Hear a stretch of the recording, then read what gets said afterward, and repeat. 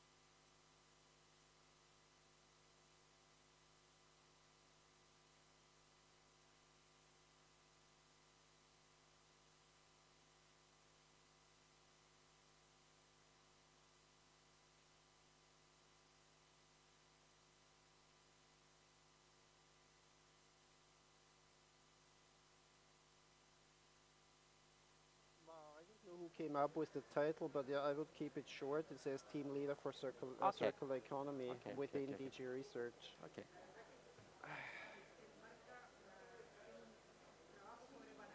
I mean, the title is very beautiful. I would love to have.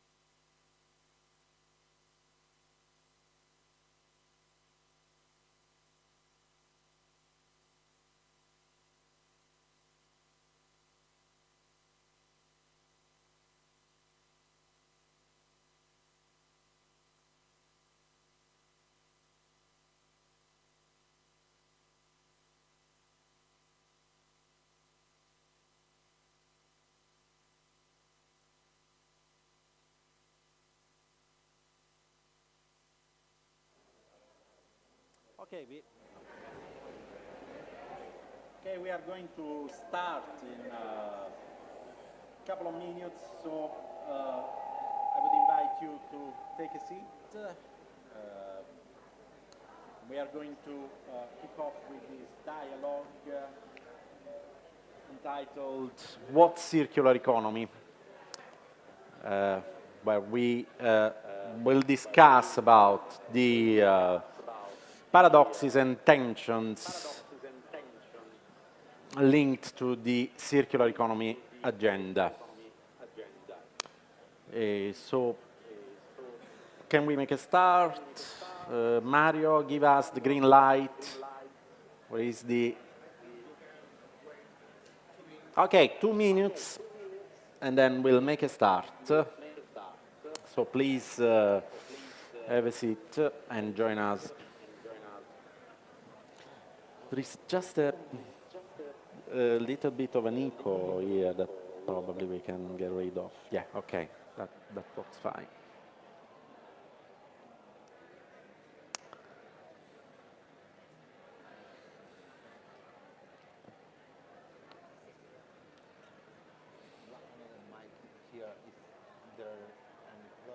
Okay, and are there volunteers to take questions from the floor if needed? Okay, good. Okay, 1 minute and we go.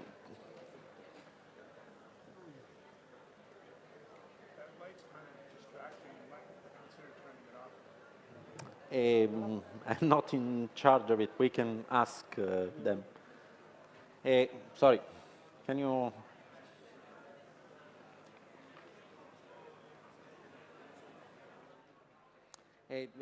somebody said if we can just turn off the light here. Okay, thank you. Yeah. Yeah.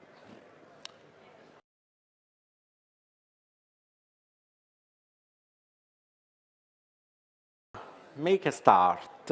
So good morning to everybody and thank you for being here this morning for this plenary dialogue on the circular economy agenda. I am Andrea Genovese from the University of Sheffield, and I am a circular economy scholar. And I am here today with Hans Christian Eberl from the European Commission and Kersty Hobson from the University of Cardiff, who is joining us online today. So we are going to have some initial interactions with these two distinguished speakers, but then the idea is to open up the floor for questions for the audience so that we can have an interactive and engaging session.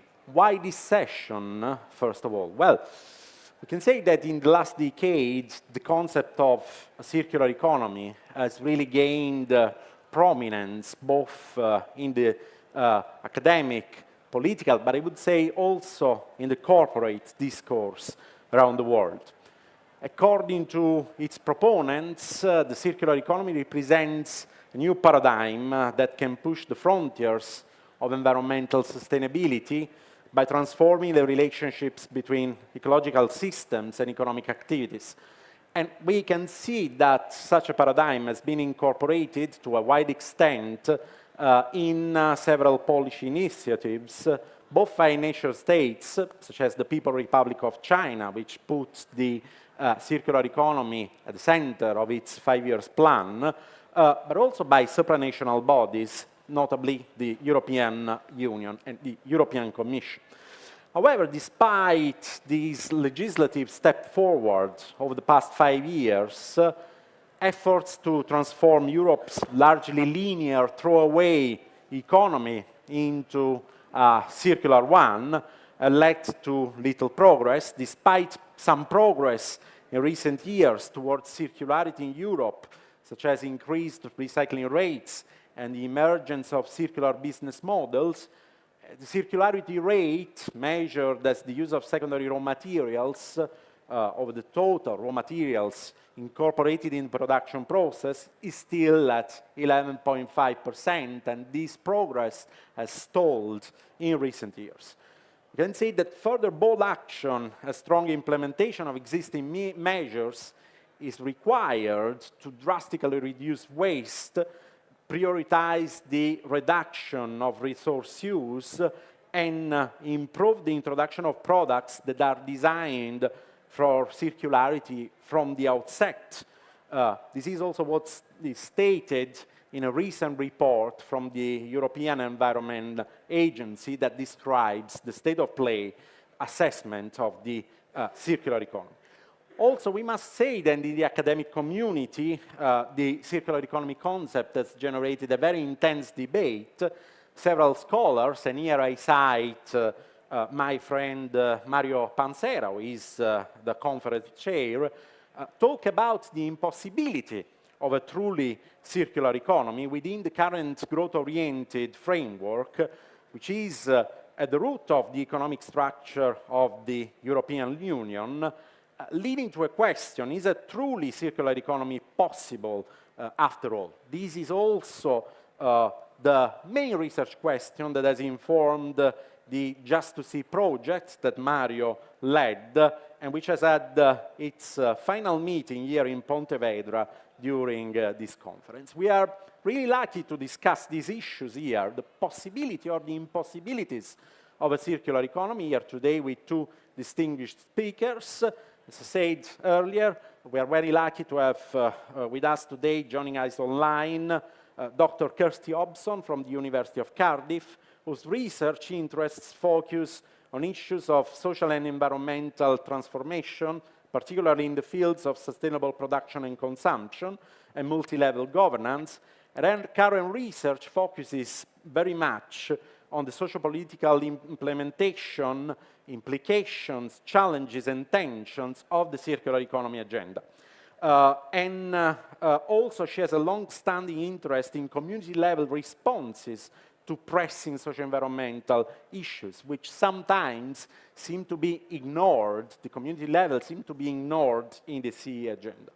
Also here with us today, we have Hans Christian Eberl, who has the long experience working at the European Commission as a policy officer, and is currently serving as team leader for circular economy within the Green Transition unit. Hans is deeply involved in the design of future programs which aim at fostering circular economy research and innovation in the European Union. And I would start this dialogue asking Hans, what is your balance, Hans, almost 10 years after the introduction of the first CE action plan from the European Union? Is a truly circular economy possible? Can we still defend the concept of a circular economy? Or does the EU need to embrace more ambitious measures going beyond simple targets? And also, given the theme of this conference, don't you think that going fully circular might mean embracing de facto a degrowth agenda? Good question. The answer is I don't know. So, no, but serious. It was like 10 questions in one. Yeah, let's break it down into pieces, digestible pieces. Let's start from the end. You mentioned recycling rates and targets. Well, I think this cannot be the solution for several simple reasons. It's not value-oriented. Traditionally, you have recycling rates that target mass, and there's simple bailout mechanisms. They will pay in, they will aim for the low-hanging fruits, they will recycle what can be recycled easily and what has no value. This does not at all, for example, electronics really cover the issue that we have with critical raw materials. We don't get them back because it's not feasible. You recycle plastics instead. You recycle, I don't know, steel, iron, and in the end you have achieved nothing. Now what we proposed in a report already in 2020, if I remember correctly, was specific targets for specific elements. That would be value oriented. That would at least be a next step. but it doesn't solve the big problem either. It doesn't change anything about overconsumption. It doesn't change anything about the structure of our economy. Meaning, if we want to get further, we have to opt for new instruments. There's another problem with targets. They apply at member state level. They are not compliance requirements. They don't oblige any manufacturer to do anything specific. You can calculate your way out, basically, if you're honest, if you look at the member states' reports. But the main problem, these are all minor problems. The main problem for me is that it is a wrong concept of circularity. And you mentioned that there are many, and last time I counted it was 150 plus definitions. I tried to make a synopsis once. I mean, many people did that. There's nice articles on that, so I'm standing on the shoulders of giants. But I did that for an important paper for the Circular Bio-Based Europe Partnership, because they didn't have a definition either. What's true circularity? And when you see the traditional approach, I mean, I've been working in, you mentioned it, this area for 30 plus years, starting in Austria, then since 15 years in Brussels in the institutions. An old bureaucrat, also a dinosaur. When I started, there was no real environmental studies. I'm a traditional chemical engineer. I'm also a historian. When I started, there was no curriculum for contemporary cultural studies either in my country. So all these streams were new then. You had to put your curriculum together and really dig deeper if you wanted to do something with environment and with social behavior, etc. But that's just showing how old I am and where I come from. So when you go back, and until recently, circularity was basically understood as closing loops. And closing loops means starting from waste management, recycle things, and everything will be all right. And continue consuming as there's no tomorrow. And that is, it's obviously wrong. But then, however, if the Commission, whenever the Commission talks about the triple crisis, now they're talking about the poly-crisis, that's already wider than the triple crisis. But when they talk about the triple crisis, they talk about pollution, climate, and biodiversity. They're all linked, that's logical, but they are not talking about social, societal impacts. They are not talking about jobs, they are not talking about societal resilience, they are not talking about environmental justice, they are not talking about inclusiveness. That's not part of this definition of the triple crisis. So, but maybe even there I see something moving. And the first thing, I mean, I'm always trying to sell circular economy. I don't like circular economy. I would prefer circular society as our goal. Because we also need to talk about the stakeholders later. And traditional research is targeting enterprises, SMEs, big ones, consortia, universities, and then the industry, but rarely ever civil society organization. So the whole social aspect, well-being aspect, traditionally it's not in there. So it comes from waste management, it's trying to close the loop, but even looking at the loop is not enough. But if we look at the loop, we should at least talk about narrowing it down, diversifying it, optimizing it, and slowing it down. The slowing down is the major part, in my opinion, and is what we should focus on in research. And that's what we are doing now. But I would say we are only at the start. You mentioned the 12%. I give you a few more figures. I mean, the 12%, we already had 10% like 10 years ago. So that's an increase below the inflation rate. It's not very impressive, so I would say we are staying at the same level. But that's only about closing the loop. That's not about doing the other things that I deem more important. But a few figures just to spread a bit of catastrophism, which I normally hate. You know how much we are consuming in Europe? You know it certainly. In tons, the material use, total material use, which is, of course, it includes all excavated material and construction material, which is a huge material flow. But we are talking about 8 gigatons. That's also not going down.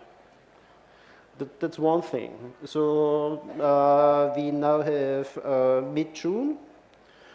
We have used 1.5 times the resources that we have for this year for Europe, calculated in planetary boundaries, resources available, resources that we should use. We will certainly approach the 3 times overconsumption at the end of the year, as always. We put everything in stocks that cannot be accessed anymore, or due to entropy, etc., with a huge effort, it's not feasible to access these. Durable products, we really don't create much, 40% maybe, out of these material flows. Recycling rates a bit above 10%, and that's the picture. So I don't know whether these were answered, but it's a starting point. But I wanted to show you how I see circularity and how we can perhaps achieve more if we use a more ambitious concept. We then need to talk about eco-design, and we also need to talk about the problems that these concepts also create, because if we really want to embrace something that's different from a traditional concept of growth, I mean, I think I was courageous that I came here, because degrowth is not on the Commission agenda officially, but when you look at eco-design, then it's somehow embedded. Because if you really talk about products that have a longer lifetime, then you must face the situation, or you must anticipate that retailers and manufacturers will sell less at some point, that this is the ambition. So, yeah, let's talk about that.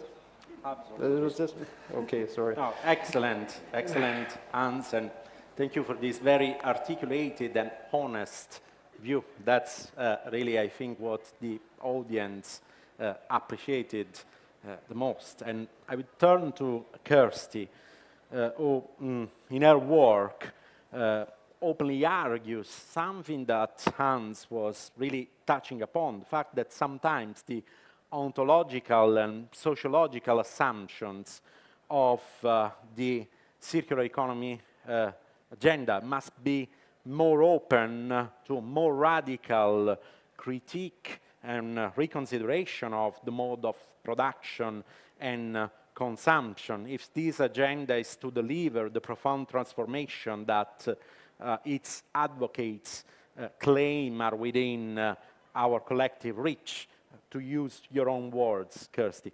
And also linking to what Hans said about targets, and to one of my favorite papers of yours, where you criticize the simple acrostics of the Ellen MacArthur Foundation.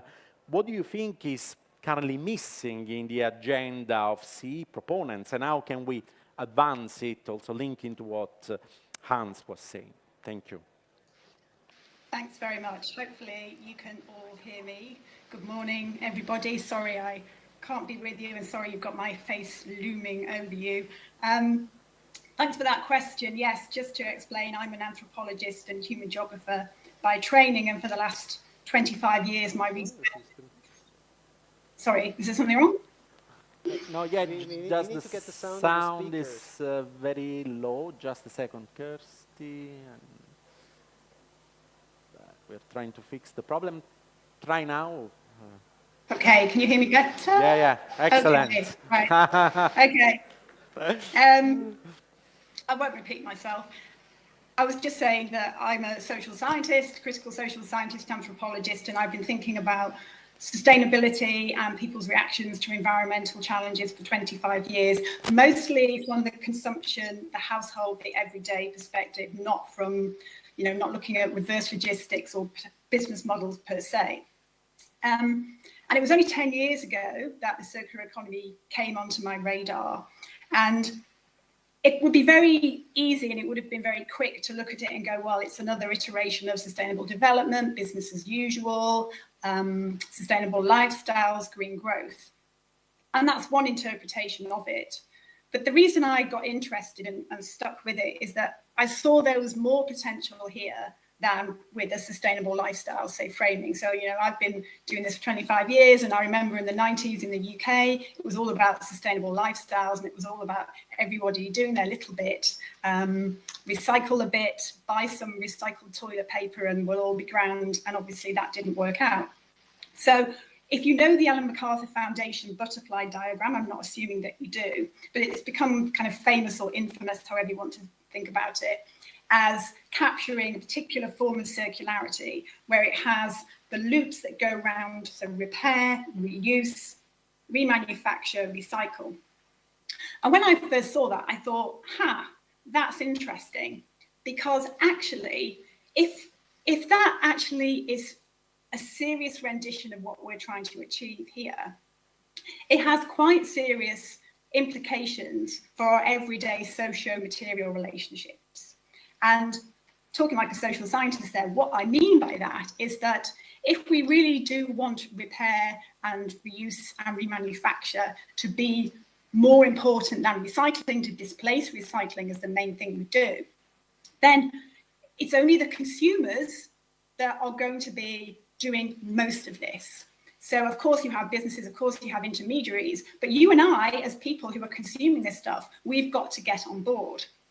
So I started looking at the circular economy policies, thinking, well, where is this? Where is the role of the consumer?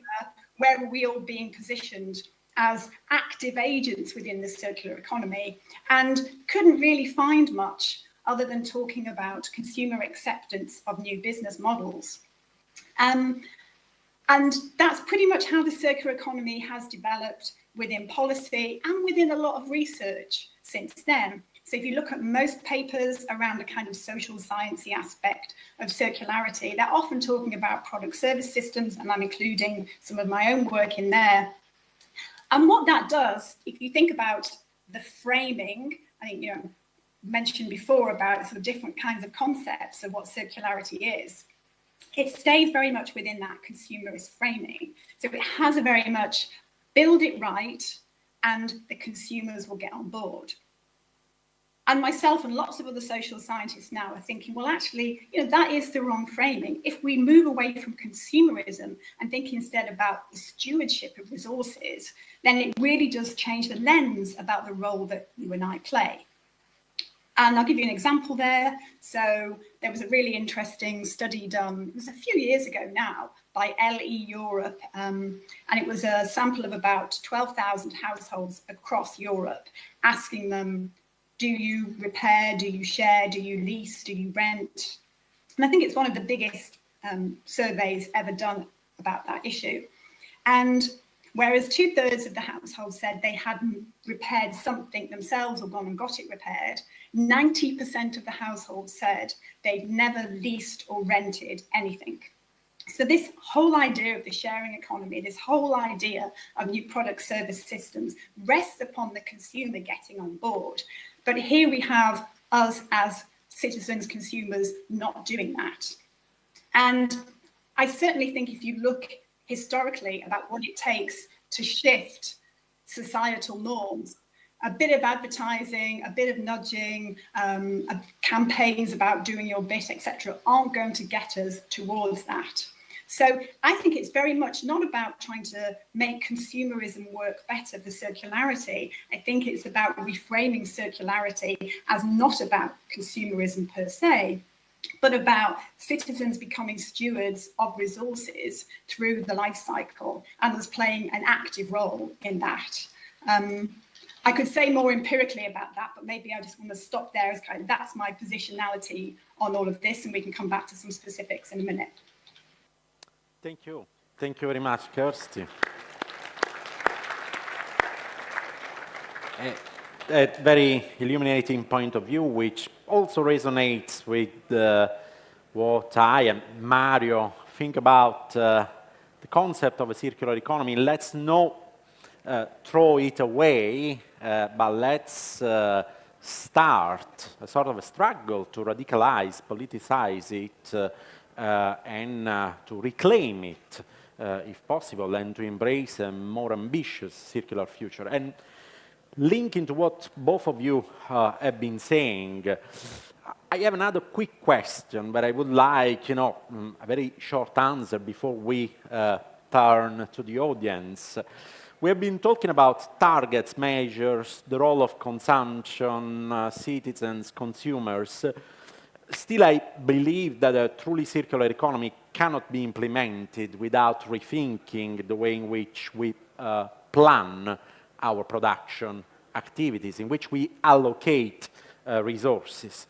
And I think, the idea of planning is also shown in the pandemic period, where the EU actively intervened to deal with market failures and boost production capacity. Think also about, the British government, which was not really a planning enthusiast government, but at some point needed to intervene to correct some of the things that were not going right in that period, has shown us that planning has the potential to be used for addressing big societal challenges, and certainly, the transition towards a more sustainable society is such a challenge. Do you think there is a role for a cooperative EU planning framework when it comes to CE implementation? Hence, a mechanism where this idea of eco-design can be incorporated at a much earlier stage of the production process, where we decide to allocate things in a different way. Of course, learning from the mistakes of the past. And you want a short answer? Yeah. Okay.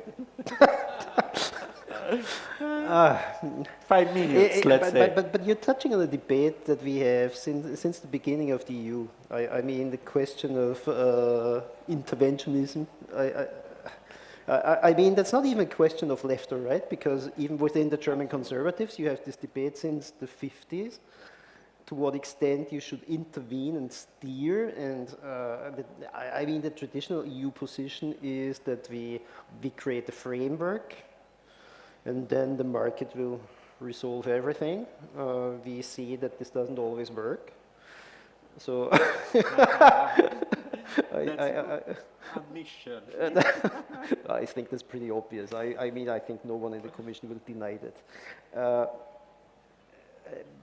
But also the instruments that we are looking at now, they do steer and push the envelope and change the status quo.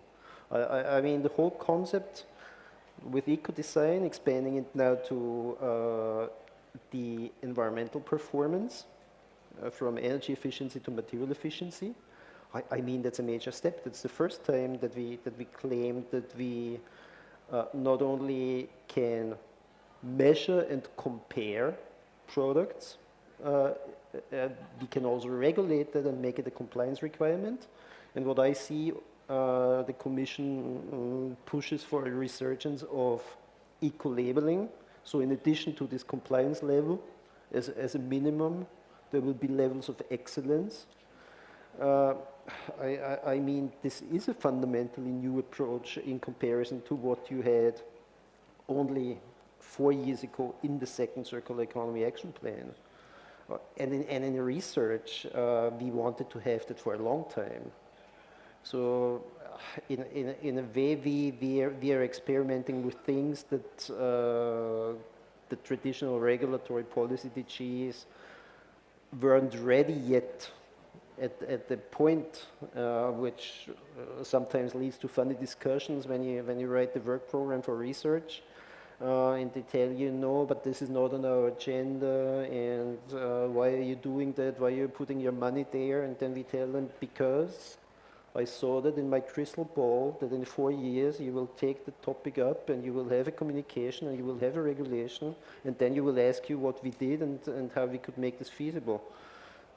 because I mean it's there are emerging topics as it was with textiles in the past. Everyone sees that this has a huge impact on unemployment here in Spain. I mean, that is such an important topic. Then furniture is an upcoming topic. I mean, there's no specific legislation yet, but I told them 2 years ago this will be one of the first things that you will address under eco-design. And are you taking bets? Because I tell you in 2025 we will have a communication on that, and then everyone is smiling, and of course no one is taking my bet. I think there's a massive change, but I mean, coming to the point that we really say that the traditional concept of growth is even problematic.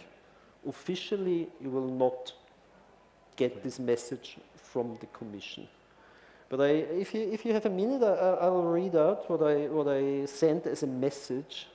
I told you, because we have this scientific advisory mechanism, SAM, because we have an acronym for everything. So they were asking for questions to SAM for the next framework program. You know, now we have Horizon Europe, and there we have this call where we finance justice.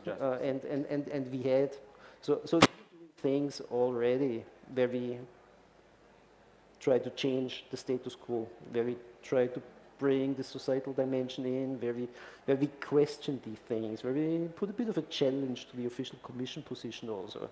We have more freedom than our poor colleagues in DG Environment or DG Grow. I mean, I liked it very much. You also must understand that there's they're simple realities, also political realities. But they asked for questions to SAM for the next framework program. And then I put something together. I told you it was more of a joke, but they took it up. So I hope SAM will have answers to that. And there I said, okay, the biggest change in the area of circularity will be through the rollout of eco-design for sustainable products regulation. Material efficiency, circularity for the first time will be assessed, will be a compliance requirement, challenges. How can research and innovation help make circular products in the priority areas economically feasible and attractive to consumers? How can we avoid that more material efficient products with longer lifetime, modularity, repairability, etc., create income losses for manufacturers and retailers? And how can we incentivize the dedication of economic operators to buy into this? And then Waste Framework Directive is also trying to take some steps, baby steps forward towards waste prevention. I mean, difficult to even find an indicator for waste prevention, but because the traditional indicators for waste prevention, you have it against the background of social development. So during COVID, you had some waste prevention. Brilliant. I mean, what does that say? Nothing, because the proportions are wrong. So whenever you have some crisis, you have a waste prevention. Okay, that's useless figures in the end, but we are aware of that. So waste prevention wants to move towards extended producer responsibility, new instruments for waste prevention. Challenges. How can traditional instruments such as extended producer responsibility schemes be adapted that buyouts and detour effects can be avoided? Wow. How can a more fundamental dematerialization consumption reduction through disruptive uptake of product service systems, for example, how can this be achieved at the supply and demand sides? And how can this shift be reconciled with competitiveness and employment at macro level? And again, how can economic operators be motivated to buy into this change at the micro level? And then I had a bonus question, and then I said, as the European Union stoutly defends the dogma of economic growth, show how consumption reduction can be achieved without degrowth. So I wonder what it will take up, but I mean, Questions? Thank you, Hans, for this. But just also to be fair to the Commission, we are in the middle, also between Parliament and Council and Member States that are at a different level economically and ecologically, we are discussing these things. It's not that I'm the crazy one, and I mean, otherwise I wouldn't be team leader there for circular economy. So we are discussing these things. We are moving forward. Thank you, Hans, for this inside view.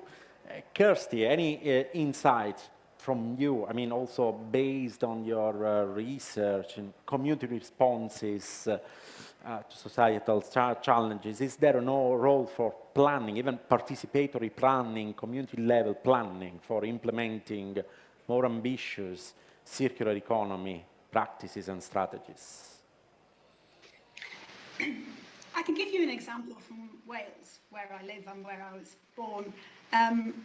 So for those of you who don't know, Wales is a devolved administration. We have our own parliament within the UK, and so we have devolved powers. And one of those devolved powers is around, obviously, sort of our waste and resource management. And so in Wales, we have our own circular economy strategy, which is very different from what's coming out of England, but actually it aligns quite nicely with Scotland. And I do know some of the Welsh government people. I literally work like a couple of hundred meters away from where they work, so we do see each other, which is great. And that's one of the great things about living in a small country with a devolved government. And they're very keen on forms of interventionism within the circularity agenda within Wales. And I'll give you an example of that is from our conversations with the people in Welsh government, they certainly understand that, well, let's think about the whole eco-design agenda. I've got a lot to say about that in terms of what it assumes, but one of the things we have to realise is you can design something as much as you like, but it's how it gets used is the most important thing. You can have the most whiz-bang, sustainable washing machine, but if you're somebody who changes it every few years, it doesn't really make that much difference to resource use. So it actually is in the use that a lot of the issues are determined. And so with the Welsh government, what they've been doing is, as a form of planning of interventionism, is setting up these reuse and repair hubs around Wales. So Wales is not very urban. Most of the cities are in the south of Wales, where I live now, in the north, where I'm from originally. There's only one city. So a lot of these are quite small communities, still quite a lot of rural living. And the ambition is to set up 80 hubs within towns and villages around Wales. So this is government funded, central hubs that are about repairing, that are about reusing, that are about community growing, that are about community fridges, and that are actually more than that, though. They are a social space, because don't forget, we've had 14 years of hideous austerity here in this country, where we've lost libraries, we've lost community centres, and, you know, kind of the mental health impacts of all of that is not to be underestimated. And thankfully, we've got an election soon. Let's hope it's a good outcome. So it depends what kind of interventionism and what kind of planning. If you're planning stuff that doesn't really resonate with people in their everyday lives, with what they need in their context, then it's not going to land very well.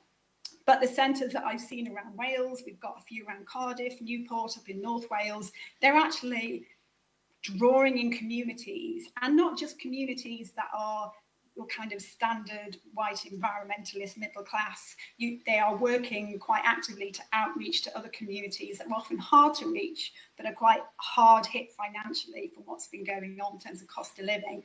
So they're layering in multiple agendas that aren't just about circularity. It's often about social well-being as well.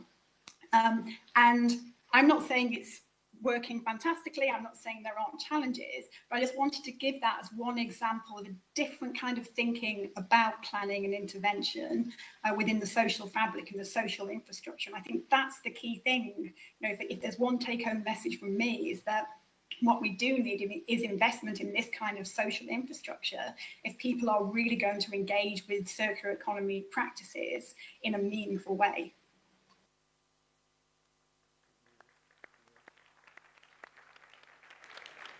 Thank you, Kersty, and beautiful example of participatory bottom-up planning that mixes up with governmental intervention. I think we have 17 minutes for opening up the debate, so I don't know if there are questions from the audience that we would like to collect. Yes, please. There's a gentleman over there. Good morning, everyone. First of all, I'm very surprised. Last year, I was in Zagreb at the Degrowth conference, and I introduced myself as a circularity expert. People were like, ugh. And this year, honestly, I don't know which panel to attend because everything seems to be about circularity. So it's a great change. The question I have to Hans would be, we all familiar, I mean there are more than 100 actually definitions of circularity, and it's a constantly changing number. But I think we all agree on the 10 R's in circularity, and that the top of the ladder is refuse, rethink, and reduce. And to me, as circularity expert, it is pure degrowth. It is something that I never could understand this animosity between degrowth and circularity. I think this is really what circularity should be about. So the question would be, to what extent is that understood in Brussels? Is it something that is being discussed? Because all the initiatives that we see coming refer to the lower layers of the circularity, right? Recycling, refurbishing. I mean, I think that's really an important shift in perceiving what circularity is that could help us. And the second question is there an initiative to really solve the problem of planned obsolescence? Because, I mean, I see us getting excited about the new legislation about the right to repair, but honestly, I don't want to repair my stuff. I just want it to work. I don't need more warranty. I don't need more repair centers. I don't want all that. I want my washing machine to work the next 30 years without any need to repair. So I would be very interested in hearing what's happening there in this round. Thank you. Thank you. Yeah, we have another question lined up. Hans, if you can provide an answer in a couple of minutes, and then we'll have... Okay. Yeah. Well, let's start with premature obsolescence. I don't call it... Did you call it planned obsolescence? Yeah. That's... you know, as long as you cannot provide a proof that it's planned, you better not call it planned obsolescence, but premature it certainly is. It is one of the things that are listed in the framework for eco-design in the ESPR. So depending on product category, and this does not only apply to electronics, I see other fields, when I look at furniture, it's the very same thing. Things falling apart. Premature obsolescence is one of the criteria that will be taken up, and you have other elements that are equally important, recycled content, or maybe not equally important, that are also important, and durability is wider, but I mean there will be implementing legislation. There will be specific, sector-specific, product-specific, product type-specific legislation that will spell it out. And I think premature obsolescence is one of the key parameters. And I think it's a great thing that is there as part of this circularity and material efficiency thing. There's a list, I think there's 7 main entries, and it is there. And again, from a research perspective, we took it up already in 2018. So we did some research just to, I mean, with 2 projects you cannot change the world, but I mean, you can at least send a message, and you can tell people that we are aware of this and that we will do something. And when you do research, industry sees that. The problem with all these things is also when you collect data on life cycle, we have a big study ongoing in our remit. Even consortia are not always willing; they are rather reluctant to participate because there's huge interest behind it, but we are moving forward, and we are tackling the problem. It's just, I mean, I understand if you're disappointed because we are moving slowly, but we are moving forward, and it is in the legislation. That's already a thing. But I don't see that in the right to repair. I rather see it in eco-design, in the core legislation. And the other thing, how aware is Brussels of the whole degrowth thing? How open are we to these discussions? Well, I can only speak for DGRTD. We are testing things. We are also trying to run projects and big initiatives like Circular Cities and Regions with other stakeholders, with civil society, and with a well-being focus. And with a justice focus, and I also, you know, I wrote a call for this Just to See project. So it's a long way that we get there. But we in DGRTD we are doing that, and I also must say that our cooperation with DG Environment is getting better and better. But then, of course, again, about eco-design, you have also other DGs that are involved. You have GROW, you have DG ENER, and finding a joint position is not always easy.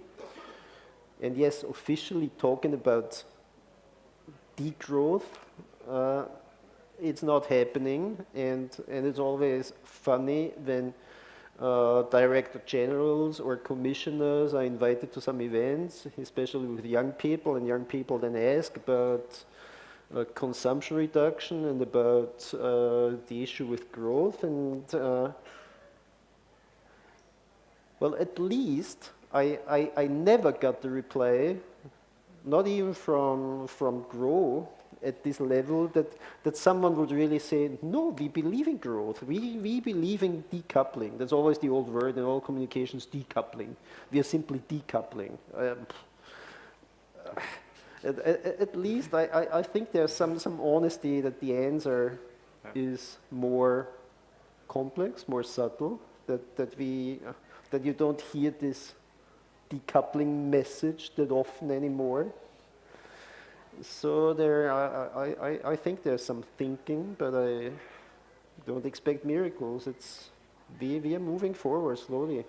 But I mean, again, eco-design and waste prevention, extended producer responsibility, with these things, we acknowledge that there's a crack in this concept of growth.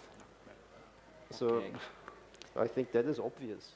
Thank you very much, Hans. And yeah, there is probably also the admission that achieving economic growth in the last 15 years has been incredibly difficult in the EU, because if we measure that in terms of GDP growth, there has been stagnation at best. So achieving growth per se might be also an impossibility these days. Over there. Okay, I have a question to Kersty. So it sounds very inspiring to hear about examples coming from places that are doing real concrete steps and trying to set up kind of a network. And I would like to hear more about what you told the central hubs in all of your rural communities and all over Wales, and how do they work? are they completely financed by state or the region? What activities do they combine? Do they combine share, repair? How do you campaign, or how do you reach out to other groups? You said, for example, people touched by classism, they are quite far from the topic, but they would have a lot to win in getting included in these circles of reusing and repairing and sharing. Yeah, how do you make it really happen, and how do you finance people? How do you finance the places, or how do you organize it? Thank you. Yeah, thanks for the question. I mean, just to clarify, it's a Welsh Government project. I haven't been involved in like actively setting these up, but certainly been in conversation with people involved in them and seen some of the spaces and know what's going on. And I think one of the key things has always been about what is particularly going on in specific communities. So not a kind of one size fits all. Sorry, I'm getting some terrible echo back there.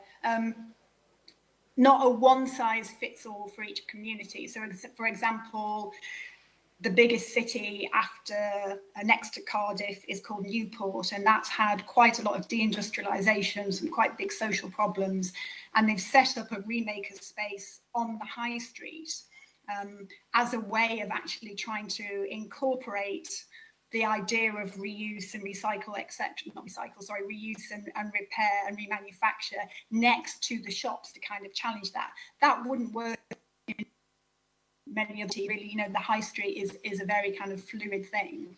So there isn't one answer to that in terms of how it goes about. It's about what's happening within particular communities and what is already there. So for example, I know, like, actually in the small town where I'm from in northeast Wales called Buckley, it was set up with in collaboration with Groundworks North Wales. So some of the funding does come from the central government in Wales, but some of it also does come from local charitable trusts. And I think one of the challenges, and we have to acknowledge that the funding for this kind of initiative is not always guaranteed to be stable.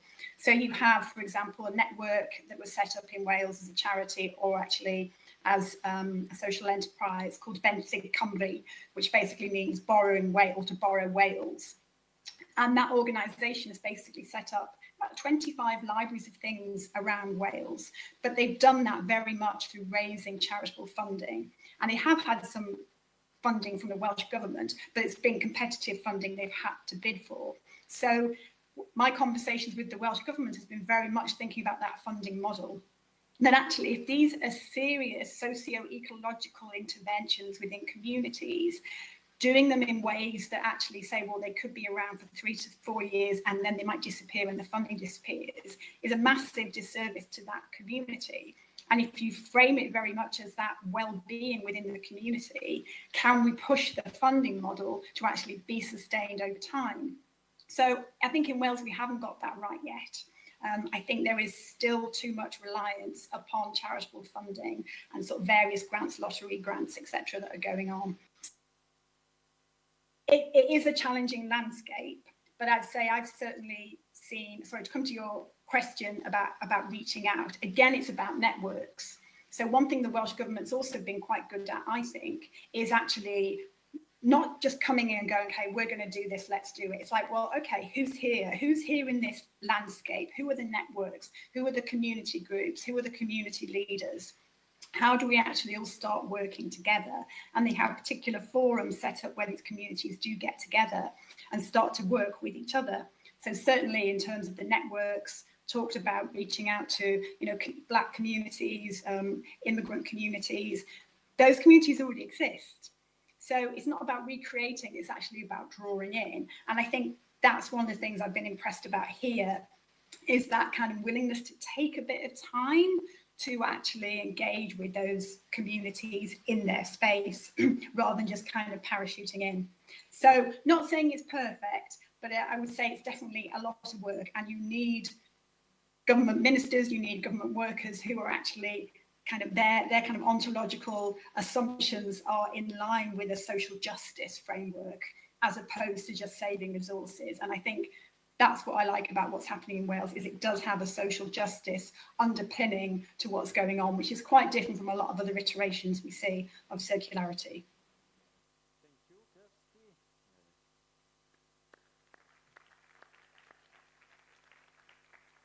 I think we have reached the end of the time that was allocated to us. People are starting to go to the further sections, which are scheduled. So I would like to thank everybody for their attention, great questions, and most of all, Kersty and Hans for their participation and their insights. Clearly, I think this session has shown the potential of the repoliticization, radicalization of the circular economy concept, the tangible results that can be obtained both through top-down and bottom-up initiatives. So let's continue this long march, and let's hope that we can achieve ambitious results. Thank you very much to everybody. And thank you, Kersty. Thank you, Max. Thank you. Okay.